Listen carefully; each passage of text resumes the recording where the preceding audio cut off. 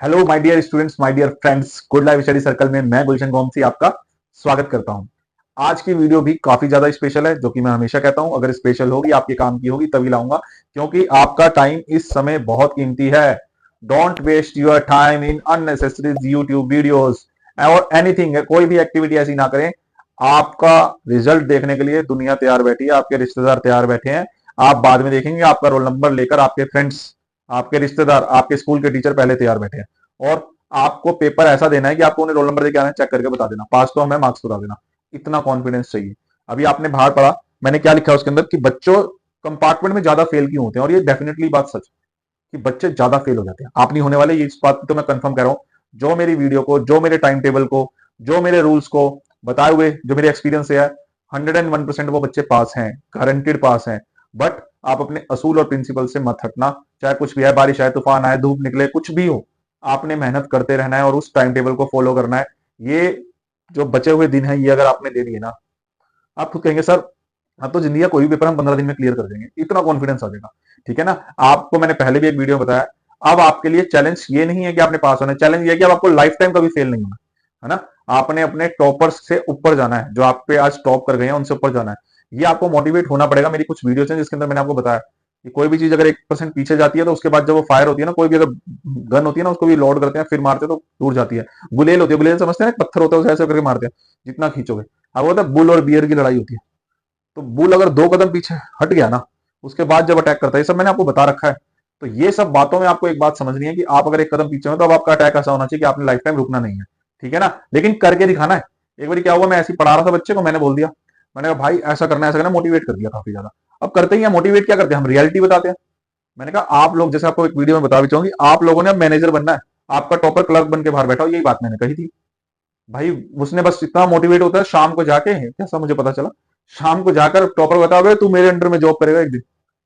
भाई करके दिखाना है, मार्क्स लाने हैं, पढ़ के दिखाना है। वो बच्चा पास हुआ, लेकिन करके दिखाना है। सिर्फ बोलने नहीं चले जाना कि उसके बाद चलेगा वो बाहर निकल टॉपर। ये नहीं करना आपने। आपने पढ़ना है भाई, मेहनत करनी है, तरीके से करनी है। अब आती है बात कंपार्टमेंट में ज्यादातर बच्चे फेल क्यों होते हैं।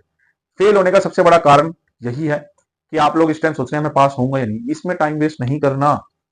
एक कारण तो सबसे बड़ा यही है कि आप लोगों को अभी भी लग रहा है कोर्स बहुत ज्यादा है, टाइम कम है। अरे आप इतना पढ़ चुके हैं, आप पेपर फेस कर चुके हैं ऑलरेडी एक। अब आपको पता हमारी कमी क्या है और आपने पास करना है। 10th का तो मुझे लगता है एक सिंगल बच्चा भी फेल नहीं होना चाहिए, 12th का भी नहीं होना चाहिए। 26 मार्क्स चाहिए आपको मैथ्स में। किसी भी सब्जेक्ट में 80 में से 26 मार्क्स लाके आप पास हो रहे हो, दैट मीन्स कि आप कितने मार्क्स का गलत कर रहे हो, ये सोच के तो देखो। इसीलिए आपको पास होना मुश्किल नहीं है, बस आपको, बच्चे जो फेल होते हैं कंपार्टमेंट में सबसे ज्यादा साइकोलॉजिकली होते हैं, वो पिछला ही सोचते रहते हैं, ऐसा क्यों हुआ, ऐसा क्यों हुआ। दूसरा दूसरा कारण भाई सबसे बड़ा है कि टाइम टेबल तो बनाया, उसे फॉलो नहीं करते। वो कहते हैं कंपार्टमेंट है, एक पेपर है, पास तो हम हो जाएंगे। ना ना ना ना, यू हैव टू भी, क्या आप रुके हो तो कोई ना कोई कारण तो होगा। देखो डरना नहीं है, कड़वा है ये सच्चा है। कहीं तो आपसे कुछ कमी हुई है ना, जो बाकी आपके आसपास वाले पास हुआ नहीं। लेकिन वो कमी इतनी बड़ी नहीं थी, छोटी भी थी, कर दो उसे क्लियर। आपको मौका मिला भाई। आप उन बच्चों में से नहीं हो जो फेल हो गए, आपको तो मौका मिला पास होने का, स्कोर खड़ा कर दो एक बड़ा सा, और आराम से कर सकते हो। चैप्टर होते कितने, 12-13। तो आपको साइकोलॉजिकली सेट रहना है। ठीक है। और ये तो बिल्कुल नहीं सोचना कि अभी बहुत कोर्स है, लिमिटेड करना है, लिमिटेड करना है, लिमिटेड कोर्स आपको करके जाना है, कुछ चैप्टर्स को एलिमिनेट कर देना है। आपको नहीं समझ आती केमिस्ट्री तो कोई बात नहीं, फिजिक्स और बायो पढ़ लो। अगर आप 12th के हो, आपकी केमिस्ट्री में कंपार्टमेंट है, तो कुछ चैप्टर्स को एलिमिनेट कर लो। 12th के 10th में अगर मान लो मैथ्स में कंपार्टमेंट, तो कुछ चैप्टर से ट्रायंगल हो गया, ज्योमेट्री के चैप्टर्स हैं, नहीं आ रहे समझ, उनको लीव कर दो। लेकिन ये मत करो कि मुझे इन्हीं को करना है, उसमें टाइम वेस्ट कर दो। You have to make an target. और ज्यादातर कंपार्टमेंट में बच्चे यही होते हैं कि वो ना टारगेट को फिक्स करते हैं, ना टाइम टेबल को फॉलो करते हैं। साइकोलॉजिकली वो वीक रहते हैं, यानी दिमाग में उनके रहता है हम तो फेल हो जाएंगे, है ये हो जाएगा, वो हो जाएगा। ये सब चीजें छोड़ दो। और एक सबसे बड़ी गलती आप लोग क्या करते हैं, या हो जाती है आपसे, कि आप अपने प्री बोर्ड के पेपर, जो बोर्ड में पेपर हुआ है, जो सर ने सिखा दिया, जो यूट्यूब वाले ने सिखा दिया, वही समझ लिया। जो प्री बोर्ड का आपका पेपर था, या आपके आसपास के स्कूल्स में और प्री बोर्ड के पेपर हुए थे, उनसे इकट्ठे करो और उन्हें याद करो कि प्री बोर्ड का, जब मैं मान लो आप टीचर है, आप पेपर बनाने भाई, तो इंपॉर्टेंट क्वेश्चन उठाओगे ना। ऐसे ही तो नहीं दे दोगे सरकारी पेपर के फर्स्ट क्वेश्चन ही सब में से दे दिया। आप यही करोगे कि आप स्पेसिफिकली इंपॉर्टेंट क्वेश्चन जो 5 में आ सकते हैं वही दोगे। तो प्री बोर्ड के पेपर्स, इंटरनल स्कूल में जो पेपर हुए हैं, वो सब आपने करने हैं। फोर्थ थिंग आपको याद रखनी है भैया, मैं कल भी बोला था, आज भी बोल रहा हूं, पहले ही बोला, एमसीक्यूज नहीं छोड़ने हैं। एमसीक्यूज जितने ज्यादा पढ़ सको उतने ज्यादा पढ़ने हैं। एमसीक्यूज आपकी फुल रिवीजन करवाते हैं, फुल रिवीजन। जो चैप्टर पढ़ो उसके एमसीक्यू जरूर करके देखो। एनसीईआरटी के अंदर से खुद एमसीक्यूज बनाना। आप जब नेक्स्ट क्लास में जाओगे ना, 11th में, तो आपने इस बात को ध्यान रखना है। 12th के बाद आप ग्रेजुएशन में जाओगे तो आपने ध्यान रखना, अपने नोट्स खुद बनाने हैं आपने। ठीक है ना। अब कंपार्टमेंट में टाइम बहुत कम बचा है, इसलिए मैं नोट्स का तो आपको नहीं कह रहा हूँ, थोड़े थोड़े नोट्स बना लो, ज्यादा नहीं। लेकिन आपने ये गलती नहीं करनी कि नोट्स नहीं बनाए। अब ये जो कंपार्टमेंट वाले हैं उनके लिए मैं स्पेसिफिकली बता दूं, आपने हर चैप्टर के एमसीक्यू जरूर करके देखने हैं, मुझे कितना आ गया, जितने चैप्टर्स आप कर रहे हैं रेडी। जो छोड़ रहे हैं उनकी कोई बात नहीं, लेकिन 20 में से 16-17 एमसीक्यू आपके ठीक होने चाहिए। देखो ना, आपके सामने एक क्वेश्चन दिया हुआ है और सामने ही आंसर दिया हुआ है, उसमें से एक आंसर ही तो ढूंढना है, कितना ईजी हो जाएगा, हर कंसेप्ट पढ़ लो। और बच्चे बार बार पूछते हैं सर जो आप एमसीक्यूज करा रहे हो उसी में से आएगा ना, मैं क्लियर बता दूं, उसी की तरह के आएंगे। मोस्टली क्या होता है, उससे वेटेज डिसाइड हो जाती है। जैसे मान लिया मैं आपको करा रहा हूँ साइंस का पेपर करा रहा हूँ, उसमें आप देखेंगे लाइट के कुछ लाइट चैप्टर में से काफी क्वेश्चन आए, है ना, बायो के रिप्रोडक्शन में से एमसीक्यू में जाते, तो वैसा ही पेपर आने वाला।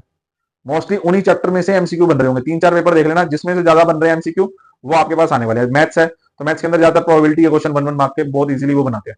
कार्ड्स वाला कर लो, है ना, और डाइस वाला कर लो, जो पासे फेंकने वाला कार्ड वाला, बच्चे कहते हैं हिंदी में बताओ, कोशिश करूंगा हिंदी में भी बताने की, आपको कोई ऐसी दिक्कत नहीं है, आप जब मैं पेपर एक्सप्लेन करूंगा। और हाँ, एमसीक्यूज के लिए मेरी जो वीडियो आएंगी हर सब्जेक्ट के लिए, उसे जरूर जरूर देखते रहिए, काफी आपको सहारा मिलेगा। मैं ये नहीं कह रहा कि सेम आएंगे, लेकिन उसी तरह के आएंगे। तो एमसीक्यूज कंपार्टमेंट में बहुत बड़ा रोल निभाएंगे। इसके अलावा आपको मैंने बता दिया, साइकोलॉजिकली सेट रहिए। और आपको सेट रहने का तरीका क्या है, और एक काम और शुरू कर लीजिए, 4 बादाम भीगे हुए खाने शुरू कर दीजिए, दिमाग थोड़ा पावर मिल जाती है, एनर्जी मिलती है। मैं नहीं कहूंगा दिमाग ही बनता है उससे, लेकिन उससे पावर मिल जाती है, आपको पढ़ने का मन करता है, आपका जो ब्लड सर्कुलेशन है बहुत अच्छा चलता है। और बच्चे ज्यादातर कंपार्टमेंट में इसलिए फेल होते हैं, वो एमसीक्यूज को लीव करके बड़े क्वेश्चंस को पढ़ते रहते हैं कि इसके अंदर से एमसीक्यू बना दूंगा, तो ऐसी गलती मत करना। आप लोगों ने मैक्सिमम टू मैक्सिमम सारी चीजें पढ़ के जानी है। Good luck for the exam. यही गलती करते हैं जिसकी वजह से बच्चे फेल होते हैं। और कंपार्टमेंट, क्योंकि वो सोचते हैं 15 दिन बचे आप तो मैं कर नहीं पाऊंगा, 14 दिन बचे आप तो मैं कर नहीं पाऊंगा।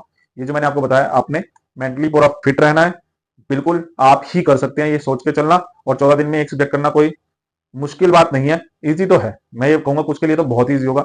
उसके अलावा आपने एमसीक्यू पर पूरा ध्यान देकर चलना है, मेंटली सेट रहना है, एमसीक्यू पर ध्यान देना है। और तीसरा काम, प्रैक्टिस ऑफ योर पेपर, जो छोटे छोटे स्कूल में हुए थे, इंटरनल हुए थे, पड़ोस के स्कूल में हुए थे, प्री बोर्ड में हुए थे, ये पेपर पढ़ के चलने हैं। Good luck for the exam. पढ़ते रहना, मेहनत करते रहना, होप सो एक अच्छा स्कोर करेंगे। और आज काफी वीडियो आएंगी, चैनल पर चेक करते रहना। और टाइम टेबल फॉलो कर रहे हैं ना, लिख के जाना कमेंट में, कर रहे हैं या नहीं कर रहे। Thank you very much. Good luck for the upcoming exam. Thank you.